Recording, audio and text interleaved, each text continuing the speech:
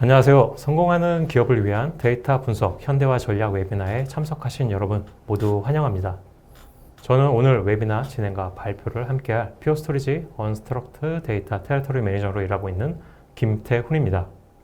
현재 정말 많은 분들이 웨비나를 함께 해주고 계신데요. 퓨어스토리지에 항상 많은 관심과 성원을 보내주셔서 감사합니다. 이번 웨비나에서는 데이터 분석 플랫폼의 진화와 데이터 허브, 산업별 데이터 분석 여건과 최적의 분석 플랫폼 구축 방안, 미래형 데이터 분석 플랫폼 등 다양한 정보를 공유 드릴 예정입니다. 특별히 데이터 분석 플랫폼 컨설팅과 구축 전문 회사인 IM그룹와 함께 웨비나를 준비했으니 끝까지 많은 관심과 참여 부탁드리겠습니다. 시작에 앞서 저희 퓨어스토리지의 소중한 비즈니스 파트너이신 IM그룹의 신창호 대표님을 모셨습니다. 인사 부탁드립니다. 안녕하세요.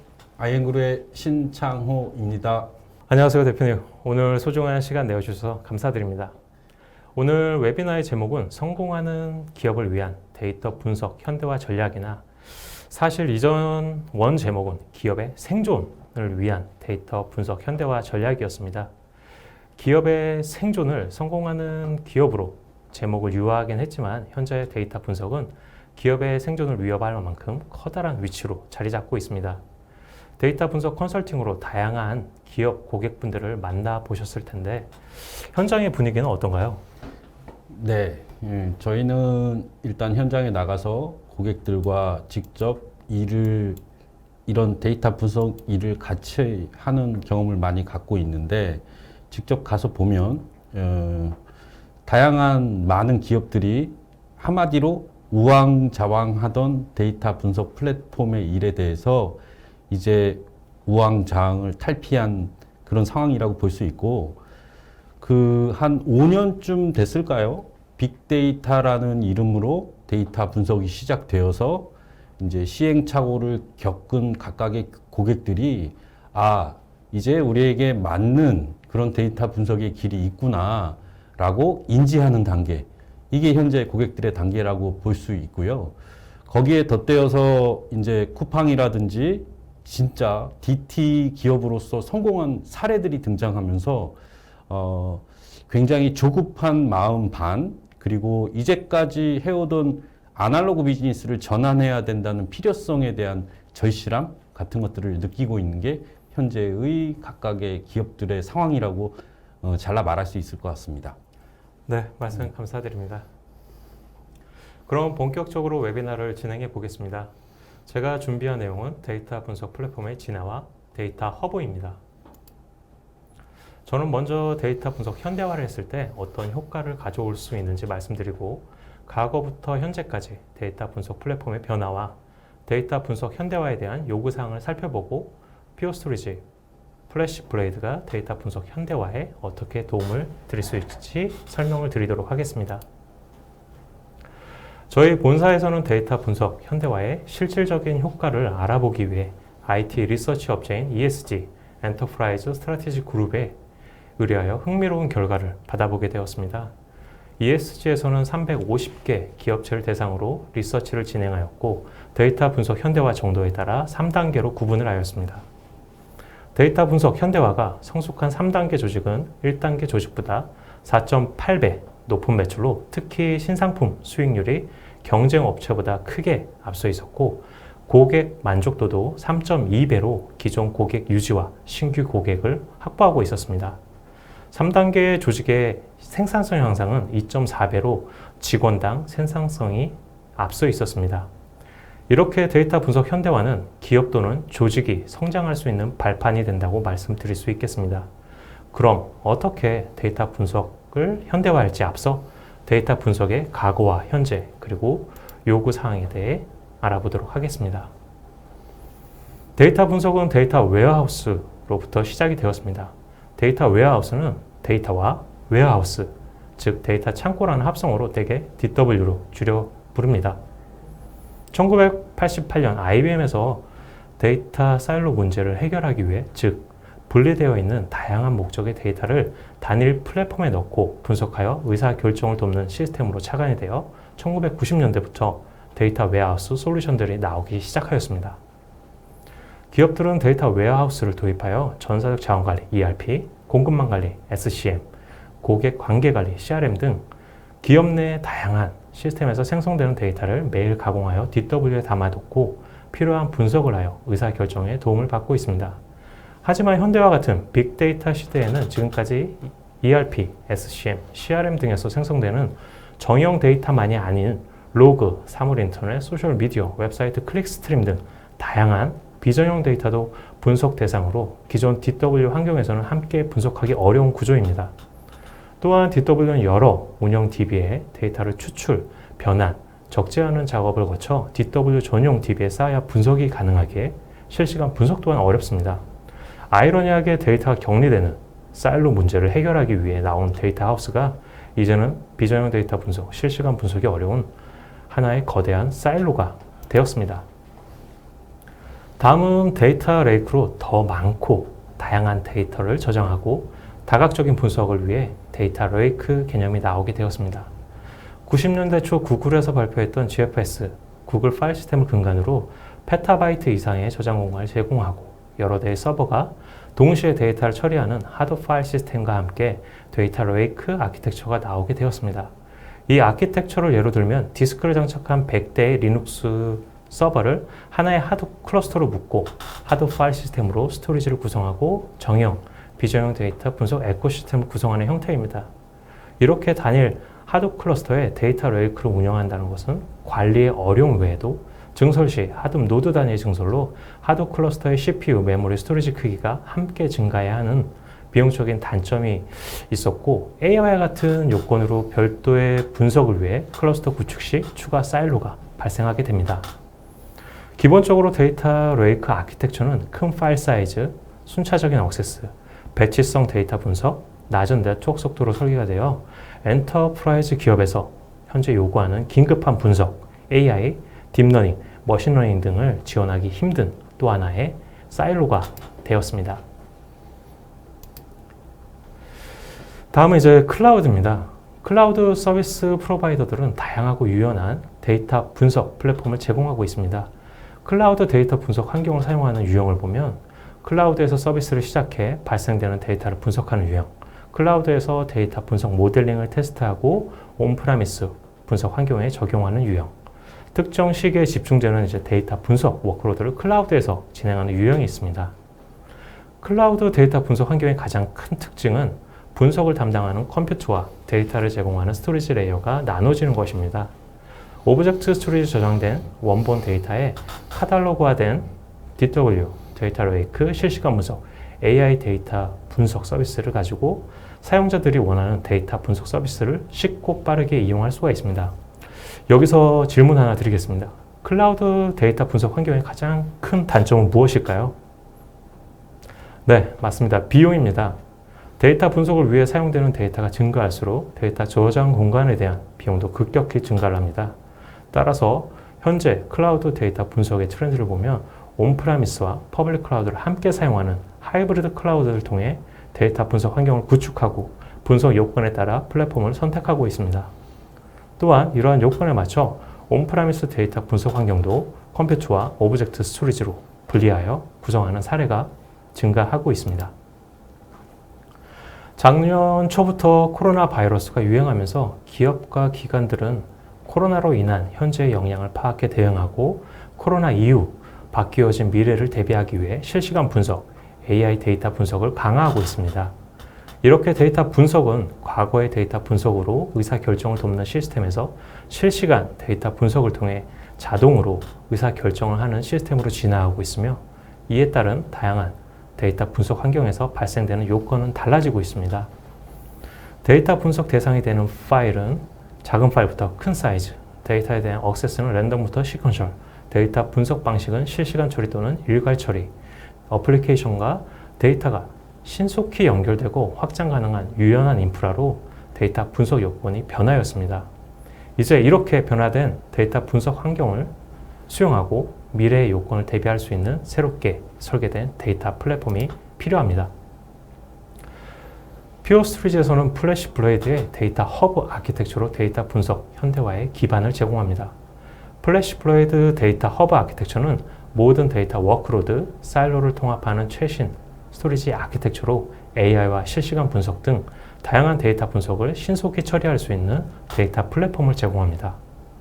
기존 스토리지 아키텍처로는 어플라이언스와 사일로로 구성되어 있었던 어플리케이션들의 다양한 워크로드를 만족시킬 수 없었지만 플래시블레이드는 변화된 데이터 분석 요건에 맞춰 새롭게 설계된 스케일업 데이터 병렬 분산 처리, 키밸류 아키텍처, 그리고 NVMe 기술로 다양하고 높은 워크로드를 통합할 수 있습니다. 또한 플래시블레이드는 클라우드 데이터 분석 환경을 위한 S3 복제 기능도 제공하고 있어 하이브리드 클라우드 데이터 분석 환경을 구축이 가능합니다. 기존 데이터 분석 플랫폼의 어려웠던 관리, 플래시블레이드는 클라우드 플랫폼에서 제공하는 퓨어1으로 심플하고 예측 가능한 관리를 제공해드리고 클라우드와 같이 사용한 만큼 비용을 지불하는 퓨어 애저 서비스로 증가되는 데이터 양을 예측하기 힘들 때 더욱 합리적인 소비 모델을 제공해드리고 있습니다. 또 데이터 마이그레이션이 불필요한 에버그린 스토리지를 통해 신속하고 유연한 플랫폼 확장을 지원해드립니다. 로그 분석 가속화, 데이터 웨어하우스의 현대화, 실시간 분석, 플래시블레이드 기반으로 가능케 합니다. 다음은 산업별 아키텍처 현대화 방법에 대해 IM그룹 신창호 대표님께서 설명드리도록 하겠습니다. 감사합니다. 아이엠그룹의 신창호라고 합니다.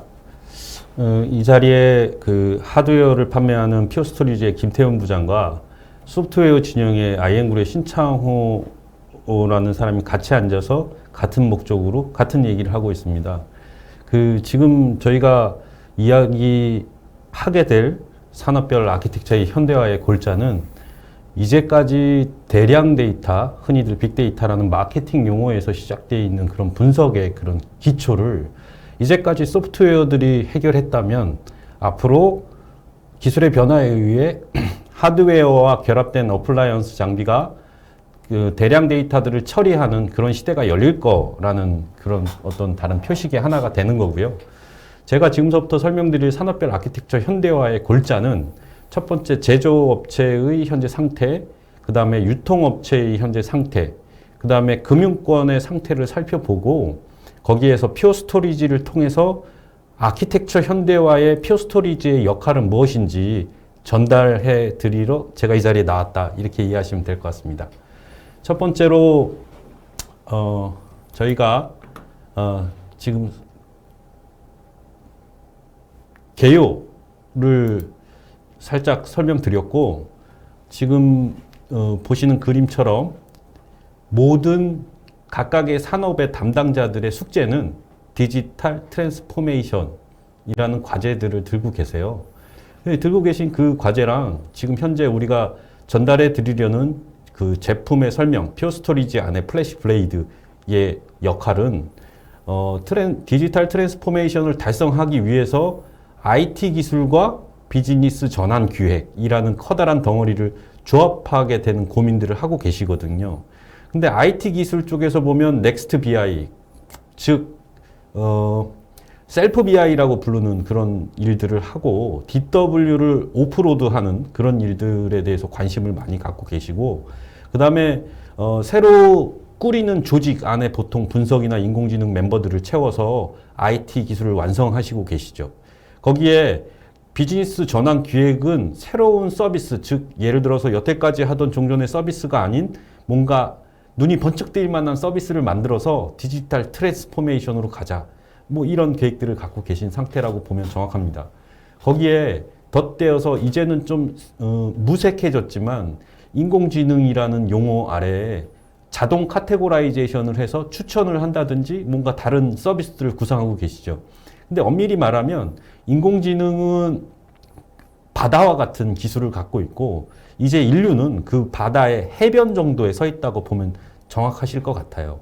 근데 이런 것들을 모두 하려고 하는 지금, 그럼 우리는 IT에 기댈 수밖에 없고 그 IT에서 하는 일들은 이렇게 수집, 그 다음에 이야기가 계속 반복되고 있는 저장, 파일 시스템, 그리고 뭔가 컴퓨팅, 처리를 해야 되는 처리, 그리고 분석, 이렇게 큰 4개의 덩어리를 쓰게 되는데, 분석 알고리즘은 어차피 고유의 어떤 아이디어틱한 에리어라고 빼고 나머지 스트림, 파일 시스템, 처리는 모두 빠른 속도를 요구하게 되고 그 역할에 파일 I/O, 즉 파일을 읽고 쓰는 작업들은 플래시 블레이드, 즉 퓨어 스토리지의 제품이 역할을 대신하게 함으로써 결과적으로 디지털 트랜스포메이션을 달성한다. 이런 관계에 의해서 제가 오늘 산업별로 그 환경 안에서 어떤 아키텍처를 가지고 퓨어 스토리지의 플래시 블레이드를 쓸 수 있는지 설명드리려고 합니다.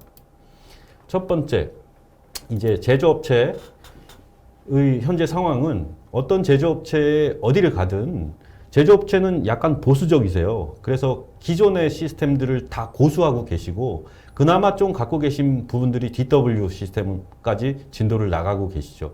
하지만 우리가 생각을 두 번 해보면 제조업체는 물건을 잘 만들어서 생산을 많이 한 다음에 이익을 많이 내면 그만인 거거든요. 그러니 IT 시스템에 교과서적으로 A, B, C, D, E, F, G를 다 갖고 있을 필요가 없어요. 다만 가지고 잘 영업을 하던 그 과정에서 보고 싶은 욕망, 봐야 될 필요성을 해결하는 게 지금 제조업체의 니즈인 거죠. 그 얘기를 조금 풀어서 써보면 첫 번째, 실효성 있는 보고서. 그냥 뭐 윗사람들한테 오늘 밤에 써가지고 내일 아침에 보고하는 그런 게 아니라 실효성이 있는 보고서, 실제 의미 있는 보고서를 찾고 있는 거고, 그 다음에 생산 시스템 모니터링. 이건 IoT라고 하는 데에서 아주 큰 과제죠. 뭐 잘 알고 계시겠지만 공정이라는 걸 돌고 그 공정마다 똑같은 장비들로 공정을 구성했음에도 결과물에 차이가 나는 것들에 대한 퀘스천들을 해결 못하고 있는 게 현재 제조업체의 숙제고, 외주업체, 결국 B2B 관리, 협력업체 관리 같은 것도 생산과 떨어뜨려서 관리할 수 없는 거거든요. 거기에 흔히들 말씀하시는 과거 도요다가 썼던 JIT 같은 저스트 인 타임의 반제품이나 원자재 같은 것들을 미리 이제 발주하는 그런 것들도 하고 싶어 하시고, 그리고 역시 큰 문제는 마스터 데이터입니다. 수십 년 동안 마스터 데이터 관리 없이 제품 생산을 하던 제조업체가 어느 날 오늘서부터 DT로 전환하기 위해서 마스터 데이터를 새로 만들어내기는 어렵거든요. 그 마스터 데이터를 만드는 방법 중에 다시 분석의 방법이 쓰이고요. 결국 최종적으로는 이런 모든 것들을 통해서 어떻게 의사결정을 효과적으로 의미 있게 할 거냐. 감에 의존하지 않고 30년 동안 베테랑들이 있으셨는데 지금 많이 옷을 벗고 나가셨거든요. 그 베테랑들이 유지하던 업무들을 새로 입사하는 사람들이 다 대체하는 그런 결과들을 많이 만나고 있습니다. 그게 제조업체의 현실이고, 그 제조업체의 현실을 해결하기 위해서 어떻게 보면 과거의 빅데이터의 데이터를 모으는 방법과 똑같이 기존의 ERP 시스템 안에 모든 데이터들을 준실시간성, 여기서 키포인트는 실시간성인데요. 이 준실시간성은 결국 마지막에 서비스 단으로 이어지는 모니터링하고 이어집니다. 모니터링은 즉 알람하고 이어지고요. 알람은 문제를 미리 예측하는 데까지 이어지죠. 그래서 데이터를 이동하고 저장하고 처리하는 아주 기본적인 데이터 분석의 흐름을 제조업체로 옮겨낸 다음에, 제조업체는 백화점처럼 모두 다 있을 필요는 없지만 목적 지향성을 갖고 가성비 있는 데이터, 대량 데이터를 넣은 다음에 빠른 처리를 통해서 커스터마이제이션 어플리케이션을 만드는 그런 경우가 가장 많죠. 이런 경우에도 가장 문제는 역시 빠르게 흘러가는 데이터들을 다 스트리머화해서 넘긴 다음에 그 다음에 대량 데이터를 어떻게 빠르게 처리할 거냐, 이 과제를 해결하고 있는 거죠. 여기에 하둡들을 많이 사용하셨었는데 이미 쓰고 계신 분들은 잘 알겠지만 하둡은 24시간 풀로 다 돌려도 그 다음날 데이터를 못 보는 상황을 만나고 있고요. 거기에 이제 빠른 스토리지 하드웨어들이 등장해서 뭔가 해결 방법을 찾아가고 있는데, 퓨어 스토리지의 플래시 블레이드는 요 S3, 일반화되어 있는 S3나 NFS에 따른 효과적인 소프트웨어를 얹어서 그래서 결과를 전달해주는 그런 역할을 할 수 있다. 그러므로 제조업체에서도 적극 고려해 줬으면 좋겠다. 이렇게 말씀을 드리고요. 두 번째는 유통업체를 한번 살펴보겠습니다. 유통업체는 우리가 쿠팡의 쇼크를 다 먹었죠. 쿠팡은 놀랍게도 미국에서 상장에 성공했습니다. 늘 해년마다 손익을 내지 못하던 회사인 쿠팡이 미국에서 상장에 성공하는 모습을 본 모든 유통업체들이 깜짝 놀랐죠.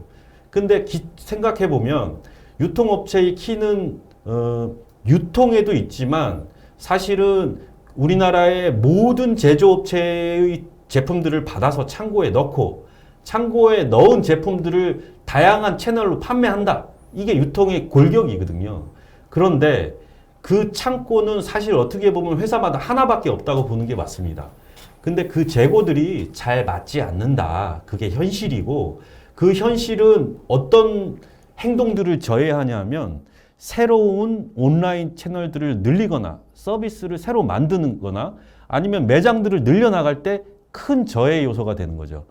재고가 맞지 않는데 물건이 뭐가 있는지 모르기 때문에 팔 수 없다거나 주문이 들어왔는데 물건이 없어서 못 파는 일이 벌어지는 그런 아주 유통업체의 가장 어려운 지점을 만나고 있고 그런 것들을 해결하기 위해서 유통업체들이 뭔가 따라가야 되는 아키텍처는 저희 생각에는 일단 가장 기초적인 부분이 유통업체는 과거 20년 동안 너무 돈을 잘 벌어서 IT에 투자할 필요가 없으셨어요.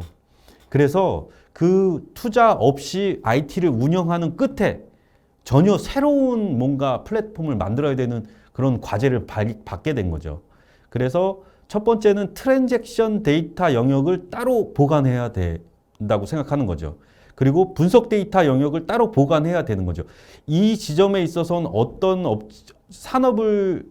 산업과 관계없이 데이터는 크게 두 가지 영역으로 나눠져 있다. 이렇게 이해하시면 되고 이 영역의 데이터들을 API를 통해서 꺼내게 만드는 거죠.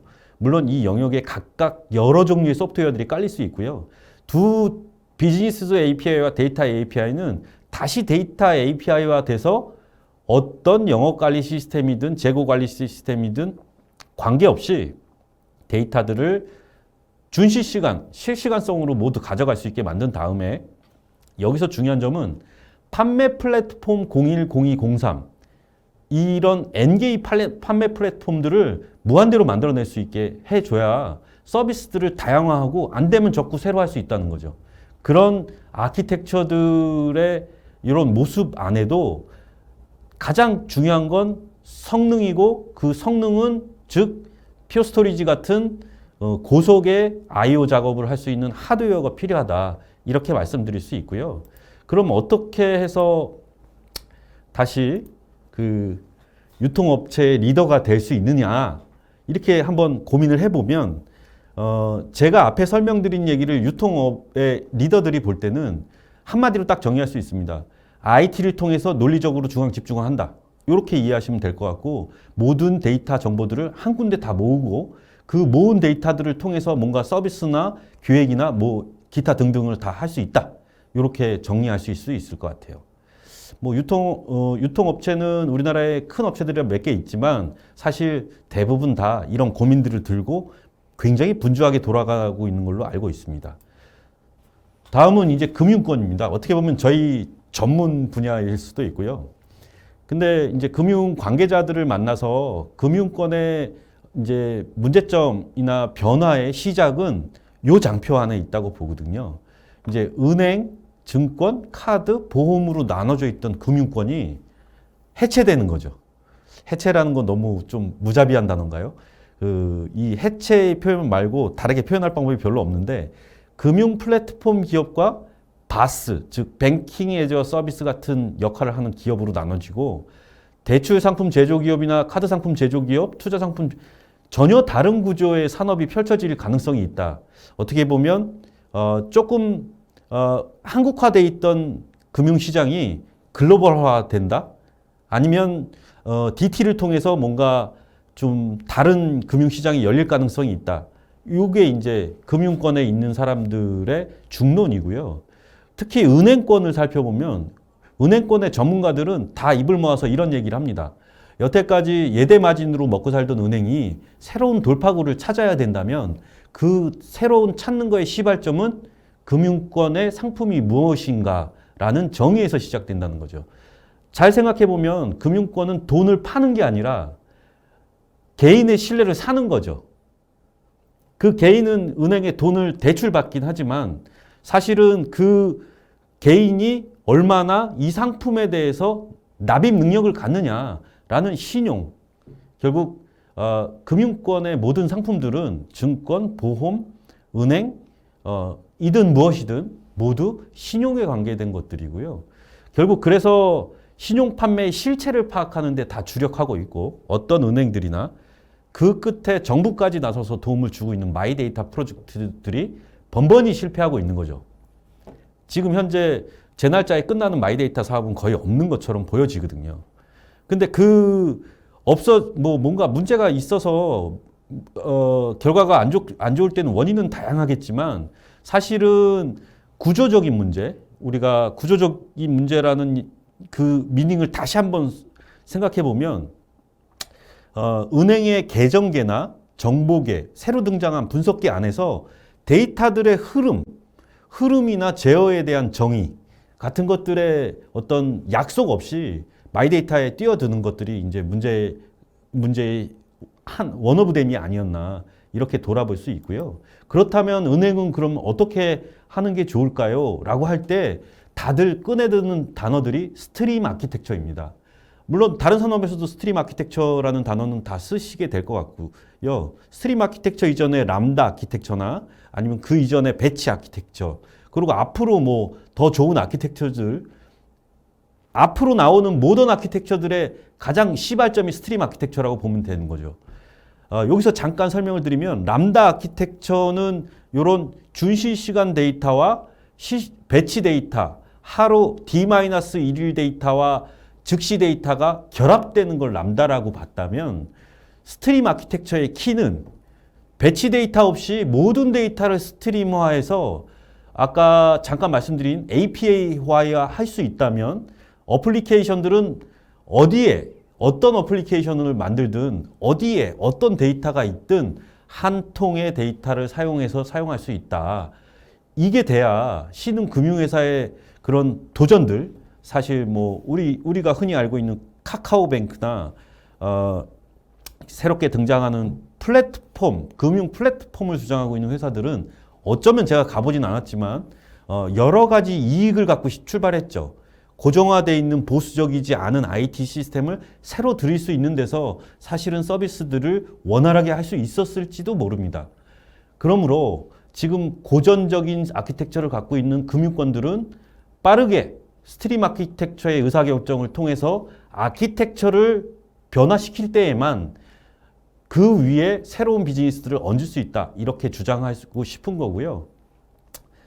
그러면 이제 위에 세 산업들의 그런 아키텍처들을 살짝 서머리 해보면 지금 현재 어떤 아키텍처, 하둡을 사용하시든 아니면 VM을 사용하시든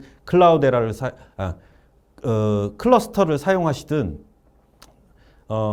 기본적으로 데이터 소스가 있고 데이터를 가지고 오고 그 다음에 스파크로 데이터를 처리하고 그 다음에 우측이 끝에 보시면 DW나 서치 또는 AI 서비스를 하는 이 중심에 데이터 저장 이후에 리드 라이트를 빨리 해줄 수 있는 플래시 블레이드 즉 퓨어 스토리지의 제품이 있음으로써 나머지 뉴스택이라는 걸 간단하게 정의드리면 우후죽순 많던 오픈 소스들 중에 이 아키텍처를 위해서 필요한 오픈 소스만 남겨놨다. 이렇게 이해하시면 그 오픈 소스를 간략하게 써야 되는 이유는 얘기가 기니까 다음에 더 하시더라도 지금 이 오픈 스택의 소프트웨어를 10분 활용하려면 플래시 블레이드 같은 빠른 저장 매체가 필요하다. 이렇게 말씀드릴 수 있고요.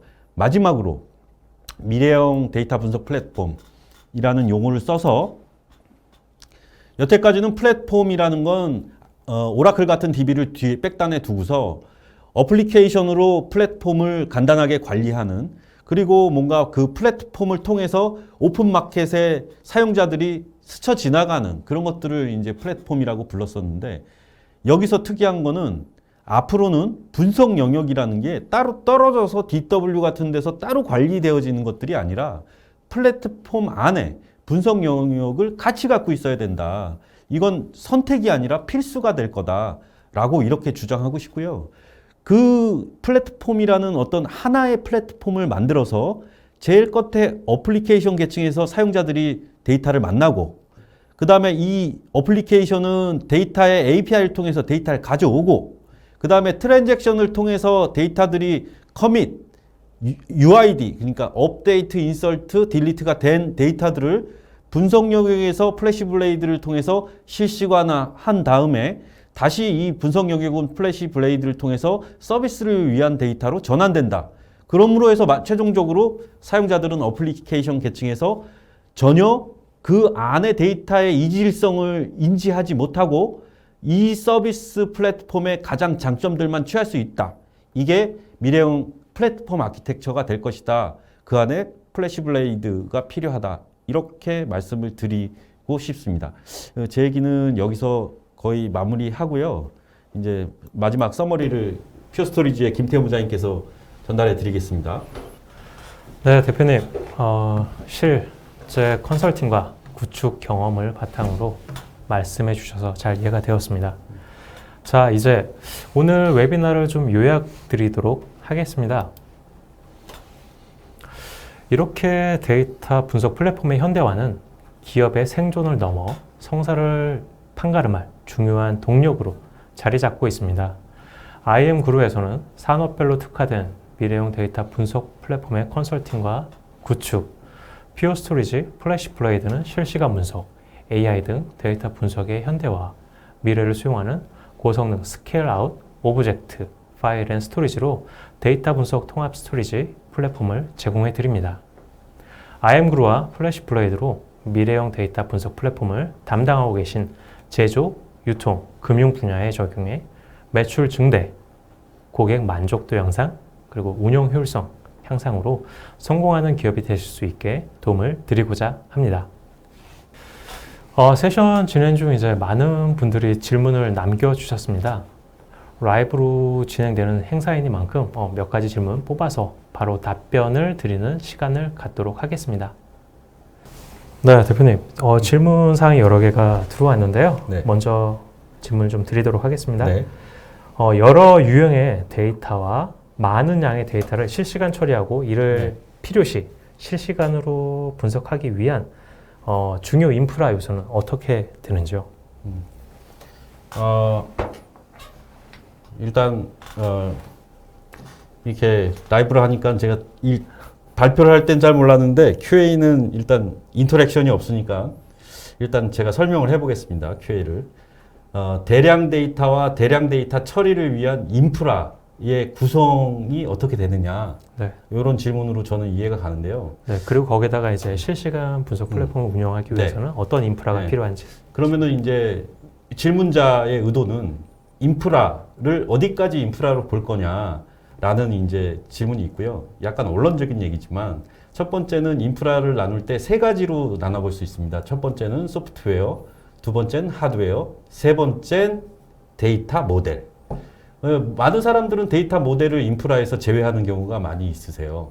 왜냐하면 데이터 모델은 적당히 만들어서 좋은 소프트웨어나 하드웨어에 돌리면 될 거라고 믿는데 사실은 모델 얘기 먼저 하자면 대량 데이터의 모델을 어떻게 만드느냐에 따라서 같은 소프트웨어, 같은 하드웨어에서 처리가 가능한 경우도 있고 못한 경우도 있어요. 그러므로 모델을 잘 만들어야 된다. 대량 데이터에. 두 번째, 이제 하드웨어입니다.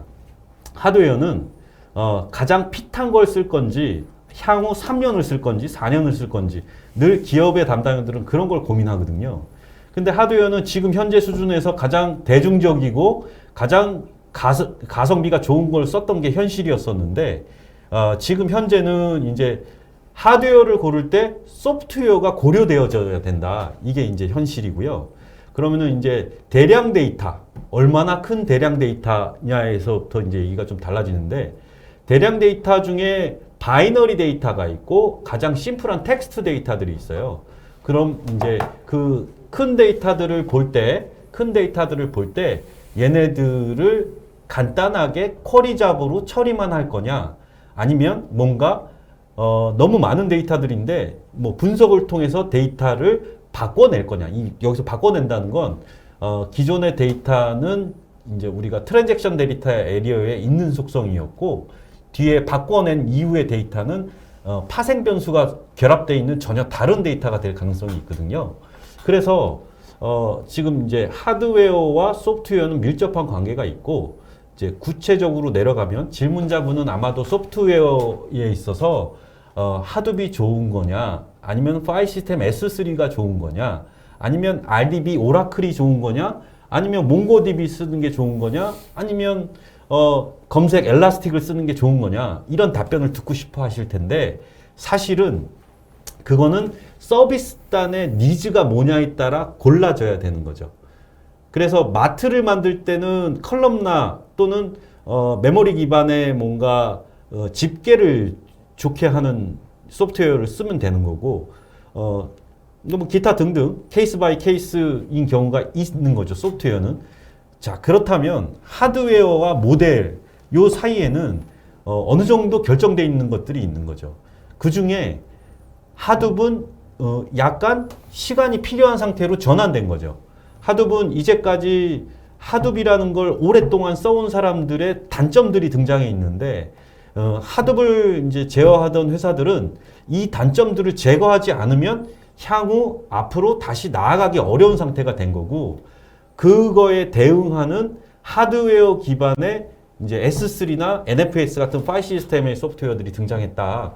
이렇게 이해하시면 도움이 되실 것 같아요. 어느 정도 답변이 됐나요? 예, 답변 감사드립니다. 네. 다음, 다음 질문은 아까 저희 화면상에서 네. 보여주셨던 미래형 기업 아키텍처가 네. 퓨어가 자체 제시한 모델인가요? 아니면은 월드와이드 표준 아키텍처로 봐도 될런지 이런 질문이 있었는데요. 네. 아까 그 미래형 기업 데이터 아키텍처의 질문은 네. 그 장표는 저희 IM그룹에서 작성을 해주셨습니다. 그래서 네. 네, 대표님께서 설명을 해주시면 좋겠습니다. 저희가 작성을 한 아키텍처 중에 지금 혹시 이게 전송이 되나요? 이게 보이시나요? 미래형 뉴스택? 네, 다음 이 장. 뉴스택은 일반화되어 있는 아키텍처세요.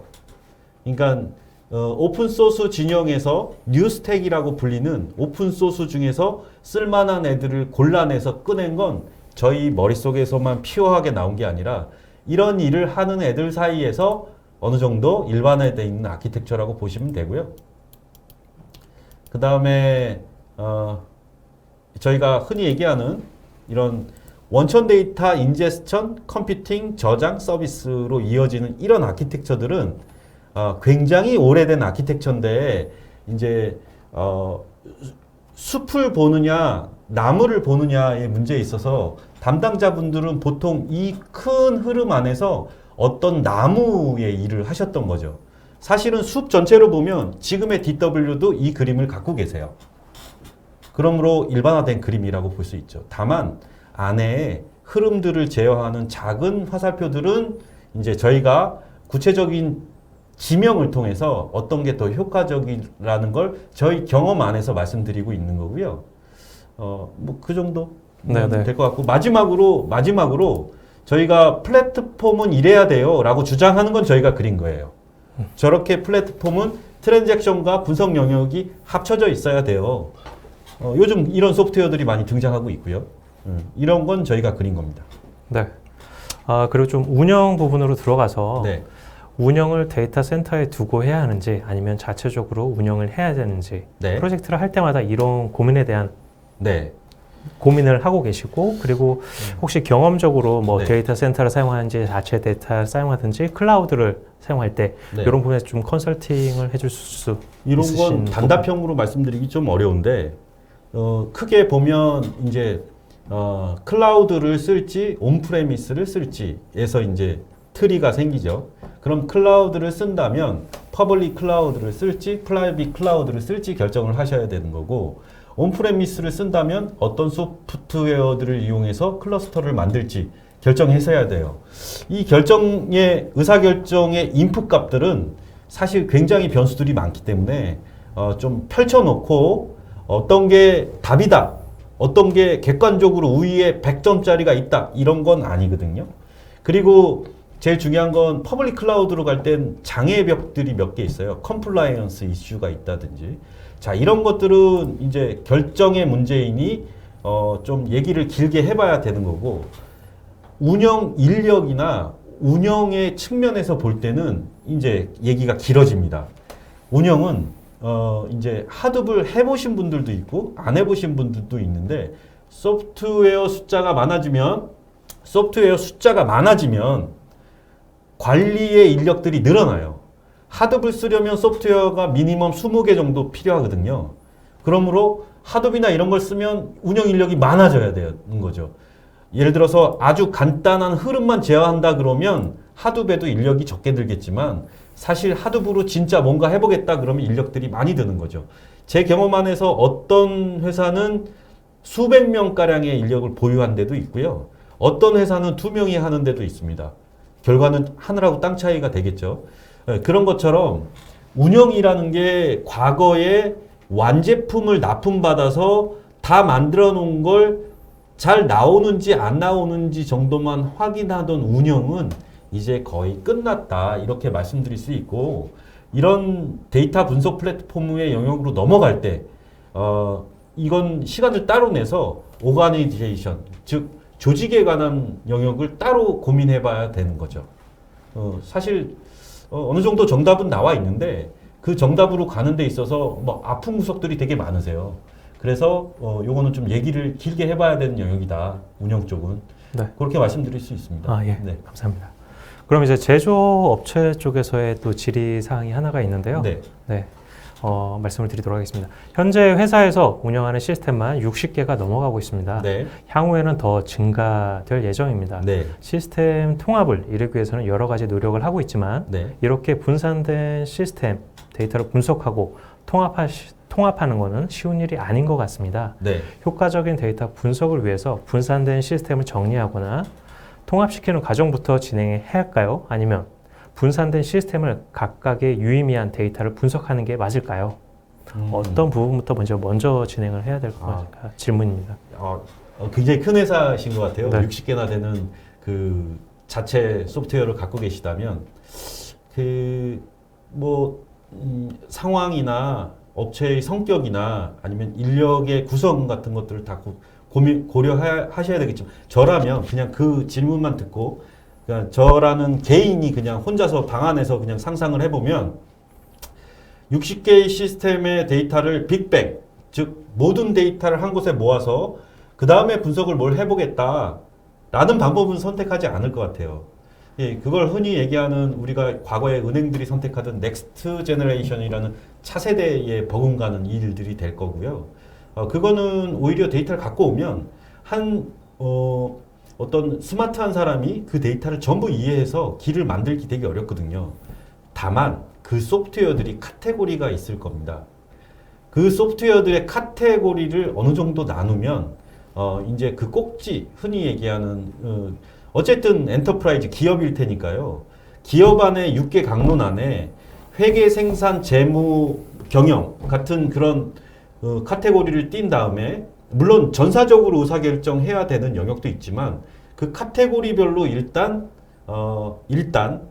시스템들의 데이터를 구성해보고 1차 수집을 해서 결과들이나 반응을 보고 그 반응에 뭔가 옆에 카테고리들이 필요한 게 있으면 합치는 그런 아이디어도 괜찮을 것 같고 그냥 질문만 듣고 바로 생각해낸 답변은 그 정도가 있을 것 같습니다. 네, 감사합니다. 네. 이제 마지막 질문 드리도록 하겠습니다. 네. 은행권에서 전산화를 할 때요. 기존의 전산 시스템은 보수적이라서 네. 새로운 전산 시스템을 적용 시에 기능성은 좋아지나 네. 기존의 안정성을 무너지는 네. 경우는 없는지 궁금하다라고 합니다. 중요한 지점이죠. 안전성. 안전성을 조금 이제 엔지니어 시각에서 얘기하면 데이터 유실. 가장 안전성을 저해하는 문제인 거죠. 그 다음에 흔한 얘기로 서버가 죽는다거나 기타 등등 여러 가지 일들이 벌어지는 것들을 안전성이라고 말씀하시는데 일단 제 경험 안에서 지금 이 아키텍처를 모 은행, 모 금융권에서 차세대를 하시는데 응용하고 계세요. 그러면 이제 거기 회의에 가서 보면 의견이 딱 그 두 가지로 갈려 있으세요. 기존의 시스템을 운영하는 팀은 안전성을 문제 삼으세요. 데이터가 안 맞아요. 그러면 이제 이 일을 추진하던 이제 새로운 새로운 팀에서는 그러면 보관들을 만들어서 그 안전성이라는 거에 문제가 되는 세부 항목들을 만들고 그 세부 항목들의 안전 장치들을 만들어서 파도를 넘어가는 게 이 일이라고 주장하시거든요. 근데 옆에서 저는 그 조직 안에 몸담은 사람이 아니니까 거기에 의견을 내긴 좀 어렵지 않습니까? 그러므로 그 얘기를 가만히 듣고 있으면 객관적으로 어떤 쪽의 말이 옳다는 생각은 들더라고요.